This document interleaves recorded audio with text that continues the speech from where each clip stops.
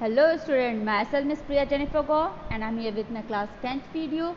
The subject is history and the chapter is nationalism in India. Yes, in this video we are going to discuss about how participants saw the movement. कि जो participants थे आंदोलन के, उन्होंने इस आंदोलन को किस रूप में देखा, किस तरीके से इसको समझा. हम किस आंदोलन की बात कर रहे हैं? We are talking about civil disobedience movement. In my previous video we have discussed about salt satyagraha and civil disobedience movement. In that video we have thoroughly come to the point that what is salt सत्याग्रह. डांडी मार्च क्या था, हमने ये जानने की कोशिश की थी क्यों सिविल डिसोबीडियंस मूवमेंट को बीच में बंद कर दिया गया था और उसे दोबारा लॉन्च किया गया, रीलॉन्च किया गया. बट कुछ टाइम बाद क्या हुआ, उसका मोमेंटम उसने खो दिया. वो जो एक चमक थी उस आंदोलन की वो कहीं ना कहीं गुम हो गई और 1934 में उसे क्या कर दिया गया, बंद कर दिया गया दोबारा.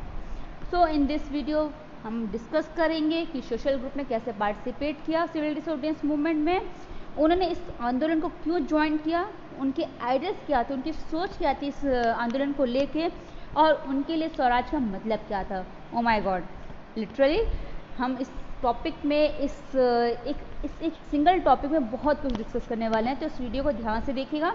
जिन्होंने मेरा चैनल अभी तक सब्सक्राइब नहीं किया है प्लीज़ मेरे चैनल को सब्सक्राइब करिए और बेल आइकन पर ज़रूर क्लिक करिए ताकि मैं जब भी कोई नई वीडियो अपडेट करूँ तो आपको उसकी इन्फॉर्मेशन मिल सके. Okay, let's get started. In the countryside, rich peasant communities like the Patidar of the Gujarat and the Jat of Uttar Pradesh were active in the movement. अगर हम देखते हैं इंडिया के कंट्री साइड एरियाज़ में अगर हम देखते हैं तो जो पीसेंट्स थे जो कहीं ना कहीं एग्रीकल्चर से रिलेटेड थे, जो काफ़ी रिच थे, उस कम्युनिटी की दो कम्युनिटी की बात यहाँ पे की जा रही है. पहले है पटदार ऑफ गुजरात. गुजरात के क्या है, पटदार हैं, और उत्तर प्रदेश के क्या है, जट हैं. ये जो दो पार्टिसिपेंट्स उन्होंने बहुत ही एक्टिवली पार्टिसिपेट किया इस मूवमेंट को. क्यों किया? Being producer of commercial crop, they were very hard hit by the trade depression and falling prices. क्योंकि क्या था कि ये कमर्शियल क्रॉप के क्या थे, बहुत ही बड़े प्रोड्यूसर थे, कहीं ना कहीं ज़्यादा से ज़्यादा मात्रा में इसको मैन्युफैक्चर करते थे, जिसकी वजह से क्या हुआ कि जब ट्रेड डिप्रेशन है, जब व्यापार में डिप्रेशन हमें देखने को मिला, प्लस जो व्यापार के जो सामान थे, जो व्यापारियों के जो सामान वो मैन्युफैक्चर कर रहे थे, उनकी आमदनी जब कम होने लगी, उनके प्राइसेस जब गिरने लगे, तो कहीं ना कहीं इससे ज़्यादा सबसे ज़्यादा कोई परेशान हुआ तो वो गुजरात के पटदार और उत्तर प्रदेश के जट थे. Okay, as their cash income disappeared they found it impossible to pay the government revenue demand. और जैसे जैसे इनकी जो पैसे थी उसकी इनकम जो कम होने लगी, इनकी कमाई कम होने लगी, तो कहीं ना कहीं उनके लिए बहुत मुश्किल हो गया कि वो सरकार के रेवेन्यू जो टैक्स वो पे करते थे वो उसे पे कर पाएँ, जितनी एक ब्रिटिश सरकार की जो डिमांड थी. And the refusal of the government to reduce the revenue demand led to the widespread resentment. और कहीं ना कहीं जब अपनी बातों को लेके गए कि उनका जो रेवेन्यू सिस्टम है उसे थोड़ा चेंज किया जाए, उसके जो कर जो लिया जा रहा है उनसे उससे थोड़ा कम किया जाए, पर जब सरकार ने उस चीज़ को कम करने से मना कर दिया तो कहीं ना कहीं ये चारों तरफ ये बात फैल गई और वो काफ़ी ज़्यादा आक्रोश में आ गए. These rich peasants become enthusiastic supporters of the civil disobedience movement. और कहीं ना कहीं ये जो अमीर व्यापारी थे, जो रिच पीसेंट्स थे, वो क्या हो गया, काफ़ी उत्साह से भरे, enthusiastic मतलब उत्साह से भरे सपोर्टर हो गए. किसके? सिविल डिसोबीडियंस मूवमेंट के पार्टिसिपेंट बन गए. Organizing their communities and at that time forcing reluctant members to participate in the boycott program. Reluctant का मतलब क्या होता है? यहाँ एक वर्ड किया गया यूज़, forcing reluctant, जो बहुत ज़िद्दी होते हैं ना. तो क्या किया उन्होंने, जगह जगह पे जाकर कम्युनिटीज ऑर्गेनाइज की अपनी, और उसी टाइम पे क्या हुआ, वो लोगों को जो रिलेक्टेंट मेंबर्स थे उनको क्या कर रहे थे, बार बार फोर्स कर रहे थे कि आप भी पार्टिसिपेट करिए बहिष्कार प्रोग्राम में, बॉयकॉट प्रोग्राम में आप भी क्या करिए, पार्टिसिपेट करिए, और जितने भी फॉरेन गुड्स हैं उनको हम लोग क्या करें, बॉयकॉट करें. For them the fight for Swaraj was a struggle against high revenue. तो sometimes such type of question में भी आस्क्ड कि इस तरह के क्वेश्चन आपसे पूछे भी जा सकते हैं कि अगर हम बात करते हैं पट्टेदार की या जट की, तो उनका मेन रीज़न क्या था, उनके लिए स्वराज क्या था. उनके लिए स्वराज क्या था, that it was a struggle against high revenue. High revenue जो उनसे कलेक्ट किया जाता था उसके अगेंस्ट इनका ये मूवमेंट स्टार्ट हुआ और यही चीज़ उनके लिए स्वराज कहलाई. But they were deeply disappointed when the movement was call off in 1931. पर जैसा कि हमने जाना कि 1931 में इस मूवमेंट को कॉल ऑफ कर दिया गया था, इसके बाद से क्या हुआ, वो काफ़ी खासा नाराज़ हुए. Without the revenue rates being revised. क्यों नाराज़ हुए? क्योंकि मूवमेंट भी बंद कर दिया गया और कहीं ना कहीं जो रेवेन्यू सिस्टम की हम बात कर रहे थे, रेवेन्यू रेट की हम बात करते, उससे दोबारा रिवाइज भी नहीं किया गया, उसे कम भी नहीं किया, ना उस पर कोई भी वार्तालाप की गई। So when the movement was restarted in 1932 many of them refuse to participate. तो क्या हुआ, जब एक बार मूवमेंट को बंद कर दिया गया और जब दोबारा 1932 में इस मूवमेंट को स्टार्ट किया गया तो उसकी वजह से क्या हुआ, लोग खासे नाराज़ हो गए, क्योंकि वो बहुत शायद उन्हें लग रहा था कि अब हमें उस प्रोसेस में हम चले जाएंगे, रेवेन्यू हमारा क्या कहते हैं दोबारा रिवाइज होगा।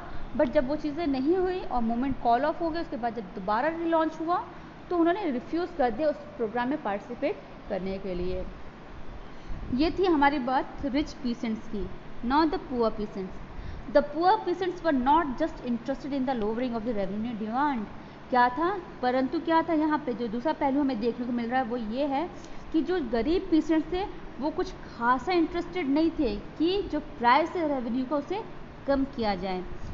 Many of them were small tenants cultivating land they had rented from landlords. As the depression continued and cash incomes dwindled, the small tenants found it difficult to pay their rent. क्या था, क्यों, क्योंकि उसमें से बहुत से peasants थे जो टेनेंट्स थे, वो क्या करते थे, कल्टीवेट करते थे और उन्हें कहा जाता है एक तरह से अध्यय किया जाता था, अध्यय पे कार्य करना, या फिर क्या होता था कि वो ज़मींदारों से क्या करते थे, ज़मीन को रेंट पे लेते थे और फिर क्या करते थे, उस पर वो कल्टीवेशन करते थे। पर जैसे जैसे डिप्रेशन बढ़ता गया, जैसे जैसे ट्रेड डिप्रेशन कंटिन्यू होते गया, क्या हुआ कि उनकी जो कैश इनकम थी, जो उनकी जो आमदनी थी वो धीमे धीमे क्या होने लगी, एक मध्यम में आ गई, मतलब ना इधर के ना उधर के, ना बढ़ी रही थी ना घटी रही थी, वो कंफ्यूज थे, ड्वेंडल होने लगे थे। The small tenants found it difficult to pay their rent. और जिसकी वजह से क्या हुआ कि जब उनकी कल्टीवेशन ही नहीं बिक रही थी तो उन्हें इनकम नहीं मिल रही थी और जिसकी वजह से उन्हें बहुत मुश्किलात का सामना करना पड़ रहा था अपने किराए को पे ऑफ करने में। They wanted the unpaid rent to the landlord to be remitted. They joined a variety of radical movements often led by the socialist and communist. और उसके बाद क्या हुआ, उन्होंने क्या किया, उनकी जो मांगे थी वो क्या चाहते थे कि जो कर उन्होंने, जो किराया उन्होंने अभी तक नहीं दिया उसको क्या किया जाए, रिमिट कर दिया जाए। और इसी के तहत चलते उन्होंने क्या किया, कई तरह के रेडिकल मूवमेंट्स जो सोशलिस्ट और कम्युनिस्ट पार्टीज के थ्रू ऑर्गेनाइज किए गए थे उसमें उन्होंने क्या किया, पार्टिसिपेट किया। Apprehensive of raising issues that might upset the rich peasant and landlords, the Congress was unwilling to support no rent campaign in most places. जबकि कहीं ना कहीं ये इशू इंक्रीज हो रहा था रेवेन्यू सिस्टम को लेके कि कहीं ना कहीं कांग्रेस सपोर्ट करना चाहती थी, पर उन्होंने क्या किया, सपोर्ट नहीं किया, क्योंकि जो ज़मींदार थे या जो रिच पीसेंट्स थे, क्योंकि उन्हें लगा कहीं ना कहीं वो क्या हो जाएंगे, अपसेट हो जाएंगे। Congress was unwilling to support no rent, क्योंकि कांग्रेस क्या थी, चाह नहीं रही थी कि वो किसी भी नो रेंट की, मतलब हमें कोई रेंट पे ऑफ ना करना पड़े। इस कैंपेन के तहत वो उनके क्या थे, बहुत सी जगहों पे वो उन्हें क्या कर रहे थे, तो अनविलिंगली सपोर्ट नहीं करना चाहते थे। So the relationship between the poor pheasant and Congress remain uncertain. और इसकी वजह से क्या हुआ, जो गरीब पीसेंट्स थे और जो कांग्रेस मेंबर्स थे, कहीं ना कहीं उनके बीच का जो एक रिलेशनशिप रहा, जो एक संबंध रहा, वो अनसर्टेन रहा। क्यों, क्योंकि कहीं ना कहीं कांग्रेस खुल के उनका सामना सपोर्ट नहीं कर पा रहे थे, क्योंकि वो विलिंग ही नहीं थे, वो उस चाहत में थे ही नहीं, उस कोशिश में थे ही नहीं। Okay, now what about the business classes. अभी तो हमने बात की रिच पीसेंट की एंड पुअर पीसेंट की। Now what about business classes, उन लोगों का क्या जो बिजनेस फील्ड से रिलेटेड थे। How did they relate to the civil disobedience movement. हम उन्हें सिविल डिसोबीडियंस मूवमेंट से कैसे रिलेट कर सकते हैं। During the first world war Indian merchants and industrialists had made huge profits and become powerful. ये हम चैप्टर 5 में पढ़ेंगे इंडस्ट्रियलाइजेशन में, बट यहाँ पे क्या कहा जा रहा है कि जब पहला विश्व युद्ध हुआ तो जो भारतीय मर्चेंट थे और जो इंडस्ट्रियलिस्ट थे, जो व्यापारी थे बड़े बड़े इंडस्ट्रीज के, उन्होंने क्या किया, बहुत सा प्रॉफिट कमाया और बहुत ज़्यादा पावरफुल हो गए। Keen on expanding their business, they now reacted against colonial policies that restricted business activities. They wanted protection against imports of foreign goods and a rupee sterling foreign exchange ratio that would discourage import. तो क्या था, कहीं ना कहीं वो अपने business को काफ़ी हद तक बढ़ाना चाहते थे और इसलिए उन्होंने क्या किया, रिएक्ट किया कॉलोनियल पॉलिसीज़ पे जिन्होंने रिस्ट्रिक्ट किया था बिजनेस एक्टिविटीज़ पे। वो क्या चाहते थे, दे वांटेड प्रोटेक्शन। किसके खिलाफ प्रोटेक्शन चाहते थे, they want protection against import of foreign goods, की जो फॉरेन गुड्स को इंपोर्ट किया जाता है उसके लिए वो क्या चाहते थे, प्रोटेक्शन चाहते थे। And rupee sterling foreign exchange ratio, और जो रुपी को अदर कंट्री की करेंसीज में जो एक्सचेंज रेशियो चलती थी, मतलब जगह की जो करेंसी होती है उसके दूसरे जगह की करेंसी में जो एक्सचेंज पॉलिसी करते थे उस रेशियो में क्या थे वो कहीं ना कहीं वो इनके इंपोर्ट सिस्टम को कहीं ना कहीं डिस्करेज कर रही थी, कम करती, उसके अगेंस्ट थे वो टू ऑर्गेनाइज बिजनेस इंटरेस्ट। और क्या करना चाहते थे वो बिजनेस इंटरेस्ट को, ताकि उनके व्यापार में ज़्यादा से ज़्यादा लोग इंटरेस्ट करें इस चीज़ को ऑर्गेनाइज करने के लिए they form the Indian industrial and commercial congress in 1902। आप चाहे तो इस पॉइंट को मार्क भी कर सकते हैं क्योंकि इससे रिलेटेड कई तरह के क्वेश्चन भी बनते हैं या बन सकते हैं कि उसके अगेंस्ट मतलब अपने ऑर्गेनाइज उन्होंने किया था बिजनेस इंटरेस्ट, उसके उन्होंने किस एसोसिएशन को फॉर्म किया। तो हम बोल सकते हैं या लिख सकते हैं that Indian industrial commercial congress in 1902 and the federation of Indian chamber of commerce and industries FICCI इन 1927। इनकी डेट पूछी जा सकती है तो आप डेट मार्क कर सकते हैं कि 1920 में Indian industrial commercial Congress found किया गया था और FICCI जो है वो आपका 1927 में। Okay, led by prominent industries like Purushottam Das, Thakur Das and GD Birla. और ये FICCI की अगर हम बात करते हैं, फेडरेशन की अगर हम बात करते हैं तो ये किसके द्वारा रखी गई थी? जो प्रोमिनेंट इंडस्ट्रीज थे, जो कहीं ना कहीं एक बहुत इज्जतदार और काफ़ी अच्छे खासे जो इंडस्ट्रीज जिनको कहा जाता था, जैसे आपके पुरुषोत्तम दास, ठाकुर दास हो गए थे आपके और GD बिरला हो गए। Okay, the industries attack colonial control over the Indian economy. जो इंडस्ट्रीज के जो मेंबर्स थे उन्होंने क्या किया? अटैक किया। किसके ऊपर अटैक किया? कॉलोनियल कंट्रोल के ऊपर, जो कहीं ना कहीं जो ब्रिटिश सरकार जो उन्हें कंट्रोल करती है उसके ऊपर उन्होंने अटैक किया ओवर द इंडियन इकॉनमी। क्यों? क्योंकि वो क्या कर रहे थे, जो फॉरेनर्स थे, जो ब्रिटिशर्स थे, वो कहीं ना कहीं हमारे इंडियन की अर्थव्यवस्था, जो इंडिया भारतीय अर्थव्यवस्था थी उसको क्या करते, कंट्रोल करते। इसके खिलाफ जो इंडस्ट्रीज उन्होंने अटैक किया and supported the civil disobedience movement. तो समहाउ जो हमने अभी तक देखा वो ये था कि सबने अपने व्यापार से रिलेटेड सिविल डिसोबीडियंस मूवमेंट को क्या किया? रिलेट किया।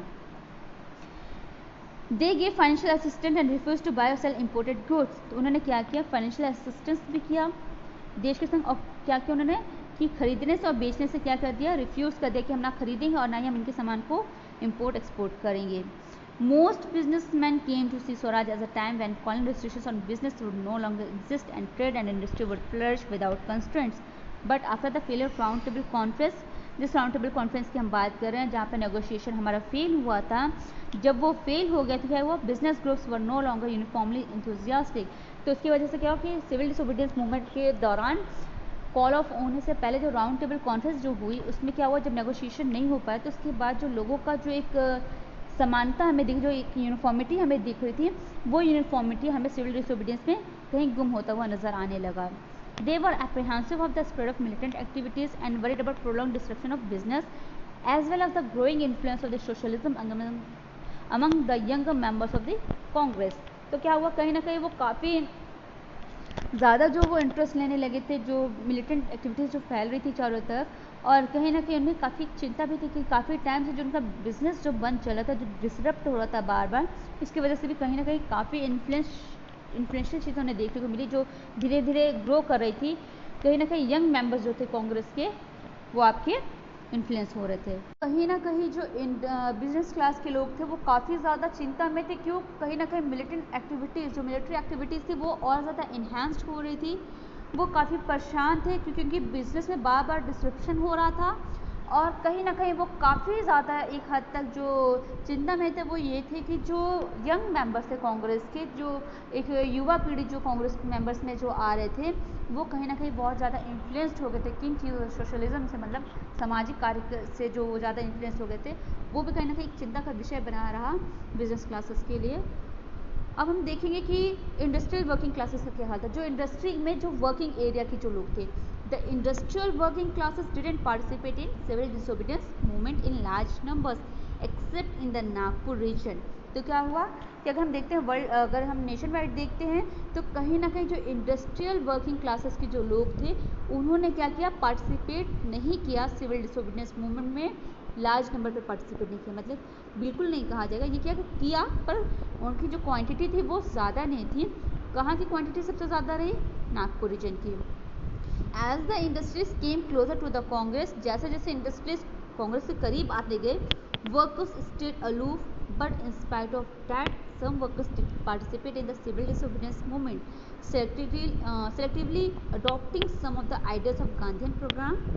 तो क्या हुआ कि इन सब चीज़ों के बाद भी कुछ मेंबर्स जो सिविल डिसोबीडियंस में पार्टिसिपेट किए, तो उन्होंने कुछ एक अलग सा तरीका, एक अलग सा मेथड यूज़ किया सिविल डिसोबीडियंस मूवमेंट के लिए। जब वो उस मूवमेंट में, उस आंदोलन में जब वो शामिल हुए, तो उनका जो आइडिया था वो क्या था, गांधीयन प्रोग्राम से, कहीं ना कहीं महात्मा गांधी के जो प्रोग्राम थे उससे वो इन्फ्लुएंस थे। Like boycott of foreign goods, पहला क्या था जो उनके आइडियाज़ जो हमें सामने देखने को मिले, आइडियाज़ जो सामने देखने को मिले वो ये थे कि उन्होंने बहिष्कार किया विदेशी सामानों का as a part of their own movement against low wages and poor working condition. और इसका रीज़न क्या उन्होंने दिया कि उन्हें जो मजदूरी दी जाती थी वो काफ़ी कम थी, और कहीं ना कहीं उनकी जो कंडीशन थी, वर्किंग कंडीशन जो उनके सामने रखी गई थी वो काफ़ी पुअर थी, काफ़ी बेकार थी। There were strikes by railway workers in 1930, और इसी के दौरान 1930 में क्या हुआ, जो रेलवे वर्कर्स थे उन्होंने क्या कर दिया, स्ट्राइक कर दिया रेलवे स्टेशन पे। एंड डॉक वर्कर्स इन 1932, और जो डॉकयार्ड्स होते हैं जहाँ पे आपकी शिप वगैरह मैनेज की जाती है, वहाँ के जो वर्कर्स थे उन्होंने 1932 में स्ट्राइक कर दिया। इन 1930 thousands of workers in the छोटा Nagpur tin mines wore Gandhi caps and participated in the protest rallies and boycott campaign। उन्होंने क्या किया, जब हम बात करते हैं आपकी 1930 में जो हज़ारों की तादाद में जो मजदूर थे छोटा नागपुर के माइन वाले एरियाज़ में जो थे, उन्होंने क्या किया, उन्होंने इस आंदोलन को कैसे लिया, गांधी कैप को अपने सर पे लगाया, ठीक है, और पार्टिसिपेट किया प्रोटेस्टिंग रैलीज में उन्होंने पार्टिसिपेट किया, और जो कैंपेन वगैरह जगह जगह हो रहे थे उसको बॉयकॉट किया। But the Congress was reluctant to include workers' demand as part of its program of struggle. It felt that this would alienate industrialists and divide the anti-imperial forces. पर जो कांग्रेस थी वो काफ़ी अडिग रही, रिलक्टेंट रही कि वो वर्कर्स को, वो मजदूर को अटेंड हाउ उनकी डिमांड्स को एज अ प्रोग्राम बना के वो अपने संग इंक्लूड करेंगी, क्योंकि कहीं ना कहीं उन्हें महसूस हो रहा था, उन्होंने ऐसा महसूस किया कि इससे इंडस्ट्रीज तो एक तरफ हो जाएंगे, पर कहीं ना कहीं वो एंटी इंपीरियल फोर्सेस को क्या करेंगे, डिवाइड कर देंगे। Another important feature of civil disobedience movement was the large scale participation of women। क्या हुआ, जो दूसरा जो हमें सबसे इम्पोर्टेंट सिविल डिसोबीडियंस मूवमेंट का फीचर लगा वो ये था कि इस आंदोलन में सबसे ज़्यादा पार्टिसिपेशन किनका रहा है, महिलाओं का रहा। During Gandhi ji salt march thousands of women came out of their homes to listen him, क्योंकि दांडी मार्च के दौरान, साल सत्याग्रह के दौरान हज़ारों की तादाद में औरतों ने अपने घर को छोड़ के उनकी बातों को सुनने वो बाहर चली आईं। They participated in protest marches, manufactured salt. उन्होंने क्या किया, जो मार्च वो कर रहे थे, जो दांडी मार्च में उन्होंने चला, उस प्रोटेस्ट मार्च में उन्होंने भी पार्टिसिपेट किया, प्लस जो उन्होंने जो नमक का उत्पादन किया, जो मैन्युफैक्चरिंग की, उसमें भी उन्होंने पार्टिसिपेट किया। And picked foreign cloth and liquid shops, और उन्होंने क्या किया, फॉरेन सामानों का बहिष्कार किया, विदेश सामानों का बहिष्कार किया। मिनी वेंट जेल, बहुत से उसमें से बहुत सी महिलाएं ऐसी रही जो जेल भी गई। In urban areas this women were from high cast families. अगर हम शहरीकरण या शहरी इलाकों की अगर हम बात करते हैं तो ये जो महिलाएं थी वो काफ़ी हाई कास्ट फैमिली से बिलोंग करती थी। In rural areas they came from rich pheasant house holds. और अगर हम गांव वाले एरियाज़ की बात करते हैं तो कुछ महिलाओं ने जो पार्टिसिपेट किया था गांव वाले एरिया से, वो कौन थी, जो रिच पीसेंट्स थे, उनकी फैमिली से बिलोंग करती थी। Moved by Gandhi ji call, they begin to see service to the nation as a sacred duty of women। और कहीं ना कहीं जब गांधी जी ने आंदोलन को स्टार्ट किया तो उन्होंने उनके आंदोलन को एक तरह की पुकार को समझा, और उन्होंने ये मान लिया कि देश की सेवा करना कहीं ना कहीं पवित्र कार्य है महिलाओं के लिए। मतलब उन्होंने अपने कार्य को क्या माना, बहुत सेक्रेट माना, बहुत पवित्र माना कि अपने देश के लिए हम अपने कुछ कर रहे हैं। Yet this increased public role didn't necessarily mean any radical change in the way of position of women was visualized। इतना सब कुछ होने के बाद भी क्या था, जो पोजीशन थी महिलाओं की, वो उसमें कोई खास चेंजेस हमें देखने को नहीं मिले, कोई ऐसा विजुअलाइजेशन हमें फेस नहीं किया कि जहाँ से इतने पार्टिसिपेशन के बाद भी लोगों की जो एक मानसिकता थी उसमें कोई भी बदलाव महिलाओं को लेके नहीं हुआ। Gandhi ji was convinced that it was the duty of women to look after home and hearth, be good mother and good wife। क्योंकि गांधी जी भी कहीं पे इस बात से खासा कन्विंस थे कि जो महिलाओं की जो ड्यूटी है वो क्या है, घर को देखना, अपने घर बार को देखना, एक अच्छी माँ बनना और एक अच्छी पत्नी बनना। And for a long time the Congress was related to allow women to hold any position of authority within the organisation. और कहीं ना कहीं कांग्रेस में भी क्या देखने को मिला कि वो काफ़ी रिलक्टेंट थे, क्योंकि वो अलाउ नहीं करना चाहते थे कि उनके ऑर्गेनाइजेशन में कांग्रेस जो पार्टी थी उनके ऑर्गेनाइजेशन में कोई भी महिलाओं का योगदान रहे या कोई भी महिला क्या हो किसी भी अथॉरिटिकल पोजीशन पे पार्टिसिपेट करे उनके ऑर्गेनाइजेशन में। इट वॉज कीन only on this symbolic presence. वो सिर्फ क्या दर्शाना चाहते थे कि महिलाओं को एक सिंबल शो करना चाहते थे कि हाँ ठीक है यहाँ पे भी महिलाएं एग्जिस्ट करती हैं, बट अगर हम बात करते हैं उनके अस्तित्व में भी उन्हें कहीं ना कहीं देखा नहीं गया और उनकी विजुअलाइजेशन भी कहीं ना कहीं कम हो गई। सो फाइनली इस सेक्शन में हमारा ये टॉपिक कंप्लीट होता है। हमारा जो नेक्स्ट टॉपिक रहेगा वो रहेगा the limits of civil disobedience movement. Thanks for watching my video.